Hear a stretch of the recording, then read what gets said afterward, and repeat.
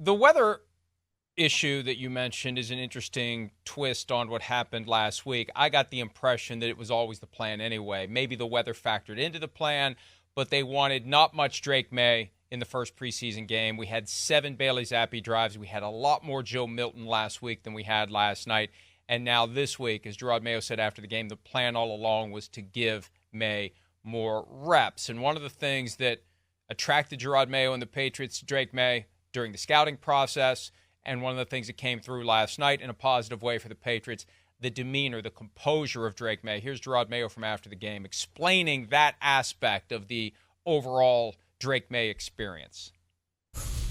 Yeah, he had great composure. I thought it was a good drive. I thought he went out there and did a lot of good things. So hopefully he can build on that, and we'll see how this week goes. One of the reasons we drafted Drake was, through the interview process, you could kind of tell this was an even-keeled guy. And I think you guys can probably see it, from the stands. This guy doesn't get too high, doesn't get too low. He was like that in college. He probably was like that as a kid, and he remains that way now, which is a good thing for a quarterback. Those guys have to.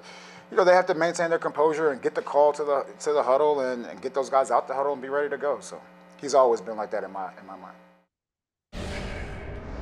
There's been a sense from the moment Drake Maye was drafted that Jacoby Brissett's going to be the starter into this season. And then I guess the question would be if and when the Patriots fall out of contention, is that when you start getting Drake Maye on the field? But there hasn't been a sense that they're going to rush him into the starting job. Definitely not the notion that we have in Chicago, which took Caleb Williams number 1, or Washington, which took Jaden Daniels number 2, that the rookie is the guy. Maye's got to earn it. And Mayo said again last night, when he's ready and when he's better than Jacoby Brissett, he'll be the starter. Now, some would say he's already better than Jacoby Brissett. So the other question is, when will he be ready? And Brissett was not great last night. 3 for 7 for all of 7 yards and an ugly interception in the end zone. Promising drive.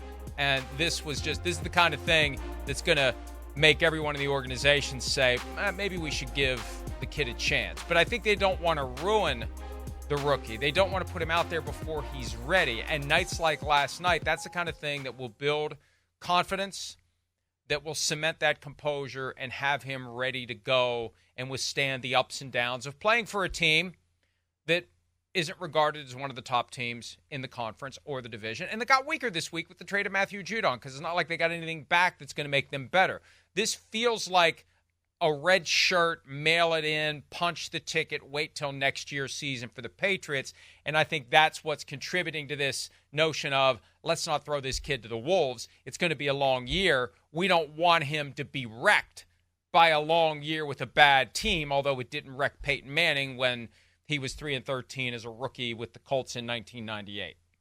Well, it reminds me of Kevin O'Connell, right? And what he was talking about with the development of J.J. McCarthy. And Mike, I'm so sorry for you for this year that's going to be lost with that. But, how you don't want to put out the quarterback before he's ready. You want to make sure that everything is structured so that the quarterback can get all of the reps that he possibly needs in practice, in the classroom, and all of that, so that once he gets on the field, he can really excel. And, if you're Alex Van Pelt, the Patriots offensive coordinator, and you watch Jacoby Brissett last night, you probably had like flashbacks to your time in Cleveland when Jacoby Brissett was the starter there in 2022, because that was the kind of thing he kept doing, right? They would get down the field sometimes and then boom, Jacoby Brissett throws the interception in the red zone. And that was just one of the problems that he had. And it's one of the reasons why he's not been a more entrenched starter. He's a little bit turnover prone.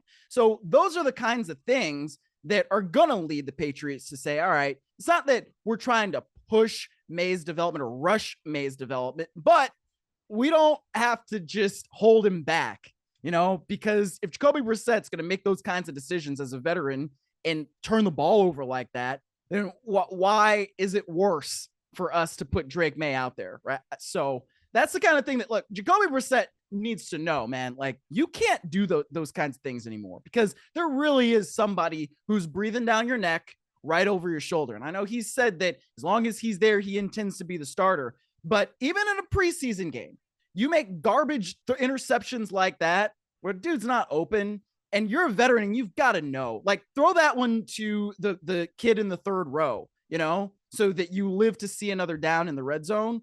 Like, that's the kind of thing that's going to make Patriots say, well, is Maye ready?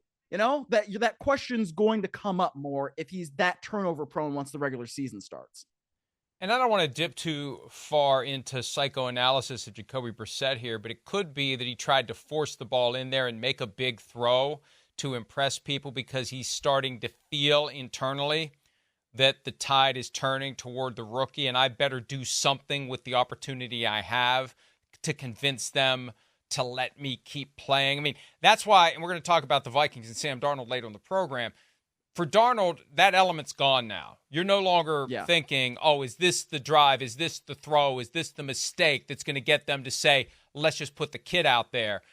Brissett may be getting a little overly aggressive because he feels like, I really do need to fend off this kid. They really are thinking about him. I'm getting this vibe that they're moving toward, especially because last week this storyline popped up, Joe Milton III. Oh, maybe he's better than Drake Maye. Look, he created a lot of buzz. He played a lot, and I apologize. I misspoke earlier. Where did that storyline come from? It didn't come from me. Bailey Zappe did play last night. I apologize to Bailey Zappe, his family, his friends, his acquaintances. I've already been alerted to the fact that he did play. He came in for the final drive and tried to engineer a victory and failed. I just thought they gave Joe Milton the right. I apologize. I didn't watch the whole game. I get to a point where I just can't take any more of the fake football. So I didn't watch it all the way to the conclusion. I wasn't at the edge of my seat to see if the Patriots could emerge with a victory in a completely meaningless game. So Bailey Zappe did play, and he won't be there. I mean, there's no way they're keeping 4 guys on the roster. Question is, do they cut him or do they find somebody to take him in trade, like maybe the Rams, who might be thinking there's no way in hell we can have Stetson Bennett as our backup quarterback during Jimmy Garoppolo's suspension. So a little showcasing of Zappe. It's going to be Brissett, Mayo, not Mayo. That's the first time I've done that. I'm going to do it a lot. Brissett, Maye, and Milton, and we'll see when Maye takes over. Okay, you have a chance to win $1 million in the NBC sweepstakes on Yahoo Fantasy. Just download the redesigned Yahoo Fantasy app or go to NBCSports.com/fantasymillion for additional details. What are you waiting for? Hi, it's Mike Florio. Thanks for watching PFT on YouTube. Hit subscribe for the latest news and analysis from Pro Football Talk.